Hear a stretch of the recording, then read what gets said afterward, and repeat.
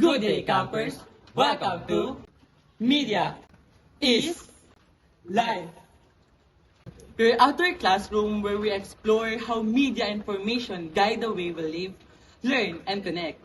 I'm Ryan Dungo.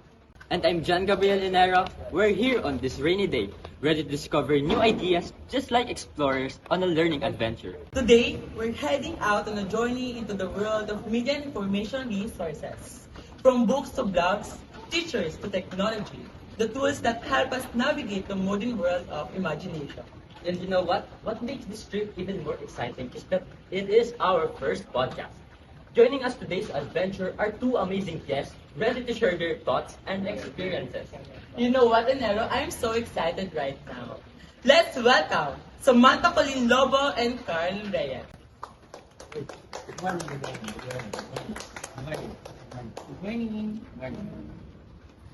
Please sit down. Make yourself at home at this our beautiful campsite. Yes, thank you. Anyways, before we start our hike into this topic, how are you both doing today in this rainy and cloudy day? Doing great. It's nice to be out here with refreshing view while talking about about something that we encounter every day, media and information. Exactly. Just like exploring nature, finding the right information takes awareness and consciousness. Well said, at the spirit of today's adventure.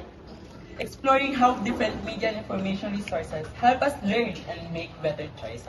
Alright campus, before we trek further, let's unpack what we mean by media and information resources.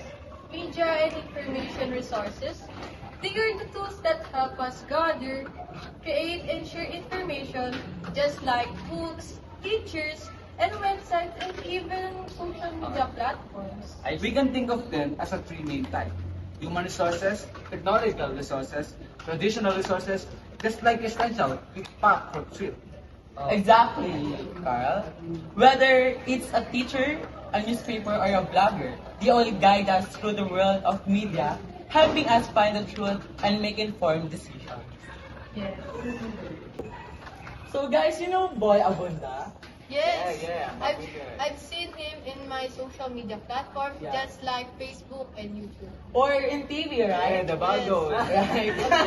That's right. Right, so now, It's Part- time for our Fast Fast Talk Talk. Challenge! are you ready guys? Yes. First, smartphone or newspaper? Smartphone. Smartphone. Human or technological? Technology. Journalist or influencer? Journalist. Old media or new media? New media. Of course. Okay, so book or website? Website. Information or entertainment? Information. What's the best? With entertainment. What's the best resources of media and information? Human resources or books. Yeah. Who's more powerful, the one who creates or the one who shares? Oh. They need each other. Nice. Okay, nice. That was fun. Shows how diverse our media is.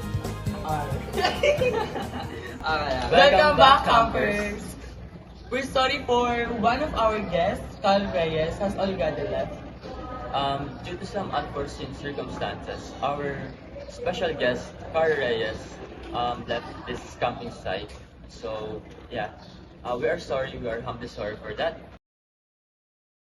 I just want to say I'm sorry to our campers because I will be leaving the podcast for a while.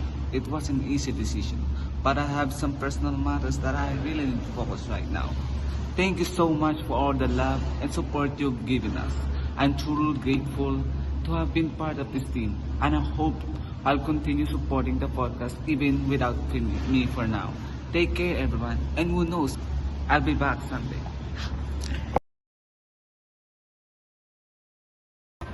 We wish them well and hope to have them with us in our next episode. Yeah, that's very unfortunate. Anyways, let's get back to our podcast. Yes, of course. Before we pack up and head home today, let's take for a moment to reflect. What lessons can we take from our adventure today? I realized that media and information resources are more than just for entertainment. They are the tools that shape how we see and how we understand what we could see and what is the situation is. They also remind us to be responsible before we share, before we post, and verify what are the resources or what are the sources that we encountered.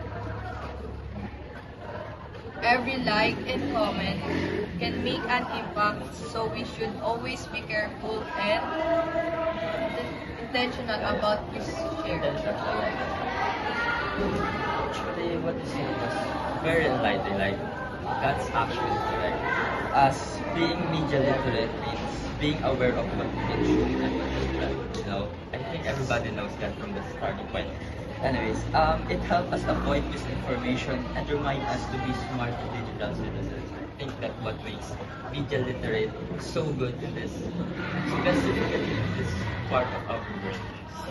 Actually, your takeaways are right. Yes, and my takeaways for that is that these resources, media and information are incredibly powerful. Yeah. Yes, that's right. But at the end of the day, it's up to us to use them wisely and ethically. Yeah, that's actually the Exactly.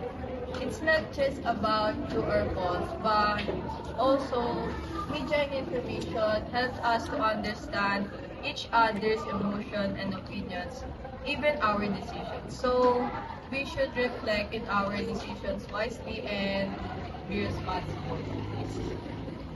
Well said. yeah, that's it, that's it. Yes. I think we've not only explored the media and resources, but also how it connects to our daily lives and our role as learners and citizens. Yeah. As a camper. This girl is laughing at you. Okay, anyways. Okay, so I've got more questions for Sam. You're laughing again. Anyways, so how do you think we can apply what we learned today in real life? For me, I'll be careful about something that I will share on my social media accounts. Instead of sharing random posts or sharing fake news, I will make sure that the information that I will share is that credible and reliable. Also, I want to use my social media platforms to make something meaningful, just like I will tell my advocacies there and encourage people to do something. To spirit, yes, and media literacy isn't just something you learn in class. It's something you practice every day. Whether you're reading the news, watching a video, or scrolling online, you're always navigating information. Yeah, that's right. Yes, it's like we're exploring in a huge digital world. Using what we've learned as our guide, we are It's freezing here. Sorry to interrupt. the more we explore responsibly, the better we become at understanding the truth and helping others at the same time. And we use our knowledge to tell others that they can also do something good just like us, and they can also explore by the digital world and the physical world.